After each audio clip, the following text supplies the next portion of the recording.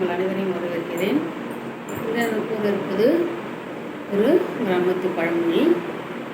பழமொழி என்பது உங்களுக்கு தெரிந்த விஷயம்தான். பழமொழி என்பது நம்முடைய வாழ்க்கையில் நடக்கின்ற விஷயங்களை மிக தெளிவாக, அதே சமயம் மறைமுகமாக எடுத்து போகக்கூடிய ஒரு கருவி என்று கூட நாம் சொல்லலாம். அப்படிப்பட்ட பழமொழிகள் ஒன்று, தேனை தடவிக்கிட்டு தெருவெல்லாம் கரண்டாலும் ஒற்றை மண்ணு தான் ஒட்டும். இவ்வளோ தடவை சொல்கிறேன். தேனை தடவிக்கிட்டு தெருவெல்லாம் பிறண்டாலும் ஒற்றை மண்ணு தான் ஒட்டும் அப்படின்னு ஒரு பழமொழி. இதனுடைய பொருள் அப்படின்னு நம்ம பார்க்கும்போது, இப்போ சாதாரணமாக நம்ம ஒரு தரையில் விழுந்து புரண்டு எழுந்துக்கிறனும் போது நம்ம மேலே ஒரு கொஞ்சமான அளவு மண் ஒட்டி இருக்கும் இல்லையா? அந்த மண்ணை வச்சு நம்ம என்ன பண்ண முடியும்? ஒன்றும் பண்ண முடியாது. அதை எடுத்துக்கிட்டு தட்டி விட்டு வந்துடுவோம். அப்படி இருக்கிறப்ப கொஞ்சமாக நம்ம எதுவுமே ப்ரிப்பேர் பண்ணாமல், எந்த விதமான முன்னேற்பாடும் செய்யாமல் நம்ம கீழே விழுந்துட்டு எழுந்திரிக்கும் போதே நம்ம உடம்புல நிறைய ஒட்டி இருக்கு மண்.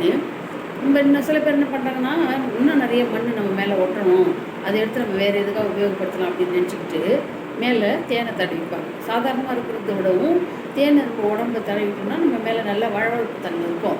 அந்த வழவழப்பு தன்மையோடு நம்ம தெருவில் பறக்கணும்னு வச்சுக்கோயேன், அதிகப்படியான மண் நம்ம உடம்புல ஒட்டும் அப்படின்ற ஒரு எண்ணம் எல்லாருக்குமே தெரிஞ்ச விஷயம் தான். இப்போ எண்ணெய் தேய்ச்சிட்டு உருண்டாலும் சரி, இல்லை தேன் மாதிரி அந்த உயவு பொருள்கள் அந்த மாதிரி வாழ்ந்து ஏதாவது ஒரு திரவத்தை நம்ம மேலே தடவிட்டு நம்ம மண்ணில் போய் போட்டு புரட்டி ஏற்றிச்சாலும் சரி, நம்ம மேலே நிறைய மண் ஒட்டும்.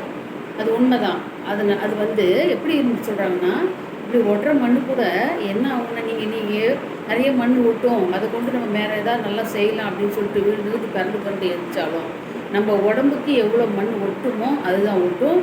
அதே மாதிரி நமக்கு எது கிடைக்கணும்னு நினச்சிருக்கிறாரோ, கடவுள் நமக்கு எது விதிச்சிருக்கிறாரோ அதுதான் நமக்கு கிடைக்கும், விதிக்கப்பட்டிருக்கும் அப்படின்றது தான் என்னுடைய பொருள். நம்ம எவ்வளோ தான் புரண்டாலும் ஒரு லட்சம் மண் இல்லை 10 லட்சம் மண் இல்லை 1 கோடி மண் தான் நம்ம உடம்புல ஒட்டும். நமக்கு இந்த தெருவில் இருக்கிற மண் பூரா நம்ம மேலே ஒட்டிக்கிச்சுன்னா நம்ம எடுத்து போய் வீடு கட்டலாம், இல்லை ஏதோ ஒரு செய்யலாம் அப்படின்னு நமக்கு என்ன இருக்கும். ஆனால் அப்படி நடக்காது.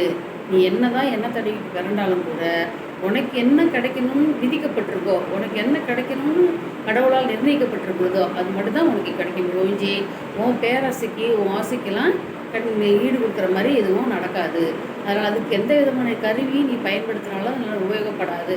கடவுள் உனக்கு கொடுக்குறது தான் கொடுப்பாரு, உனக்கு கிடைக்கிறது தான் கிடைக்கும். அதை வச்சு நீ நிம்மதியாக இருந்துக்கணும். அதை விட்டுட்டு இன்னும் நிறைய வேணும், இன்னும் நிறைய வேணும் நீ செஞ்சுட்டே போனீங்கன்னா உன்னால் நிம்மதியாக வாழவே முடியாது, ஒரு நல்ல வாழ்க்கையை அனுபவிக்க முடியாது.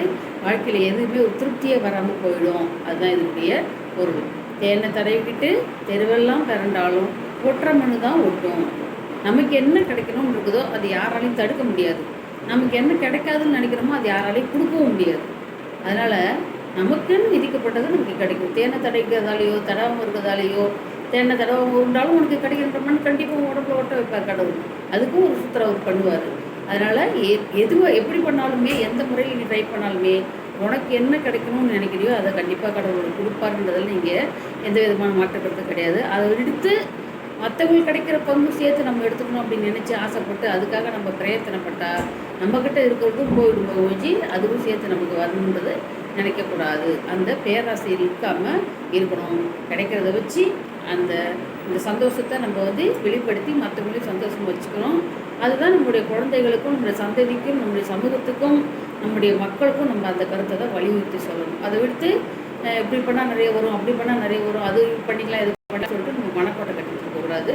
அதுதான் இந்த பழமொழியுடைய அர்த்தம். சில பேர் அப்படி தான் சொல்லுவாங்க, தேனை தடவின்னு தெருவெல்லாம் பிறந்தாலும் ஓட்டுறது தான் ஓட்டும், நமக்கு என்ன வருமோ அதான் வரும், அதெல்லாம் நினச்சா என்ன பண்ணுறது, நமக்கு இவ்வளோ தான் கிடைக்கணும், பிராப்தம் இருக்குது, அதான் கிடைக்குது அப்படின்வாங்க. அது மாதிரி தான் நமக்கு கிடைக்கிறது கிடைக்கும், கிடைக்காம போகிறத நம்ம கவலைப்பட்டு நம்ம இருக்கிறதையும் விட்டுக்கூடாதுன்றது தான் இந்த பழமொழி. அதனால் நான் நிறைய வீடியோஸ் போட்டுட்டேன், 250 மேலே போட்டுட்டேன். யாரும் இது வரைக்கும் சப்ஸ்கிரைபர் ரொம்ப ரொம்ப கம்மியாக இருக்குது. அதனால் தயவு செஞ்சு என்னுடைய சேனலை பாருங்கள், நான் போடுற வீடியோஸ் எல்லாம் பாருங்கள், ஷேர் பண்ணுங்கள், ஃப்ரெண்ட்ஸ்கிட்டலாம் சொல்லுங்கள், சப்ஸ்கிரைப் பண்ணுங்கள், லைக் பண்ணுங்கள். என்னுடைய சேனலுக்கு உங்களுடைய ஆதரவுலாம் தேவைப்படுது. கண்டிப்பாக நீங்களாம் ஆதரவு கொடுப்பீங்கன்னு நான் நம்புகிறேன். அதுக்காக உங்கள்கிட்ட நான் சொல்கிறேன். இது வரைக்கும் நிறைய சொன்னதில்லை, இப்போ தான் சொல்ல ஆரம்பிச்சிருக்கேன். ஏன்னா அது மாதிரி யாரும் சப்ஸ்கிரைபர் வரல. அதுக்காக தான் நீங்கள் இன்னும் கொடுக்குற ஆர்வத்தில் நிறைய கிராமத்து வாழ்க்கையில் இருக்கக்கூடிய நெளிவு சுழிவுகள், அங்கே நடக்கிற விஷயங்கள் அனைத்தையும் நான் உங்கள் கூட பகிர்ந்ததுக்கு தயாராக இருக்கிறேன். அதுக்கு நீங்கள் தான் எனக்கு ஊக்கம் அளிக்கணும், அளிப்பீங்கன்ற நம்பிக்கை எனக்கு இருக்குது. நாளை சந்திப்போம். நன்றி, வணக்கம்.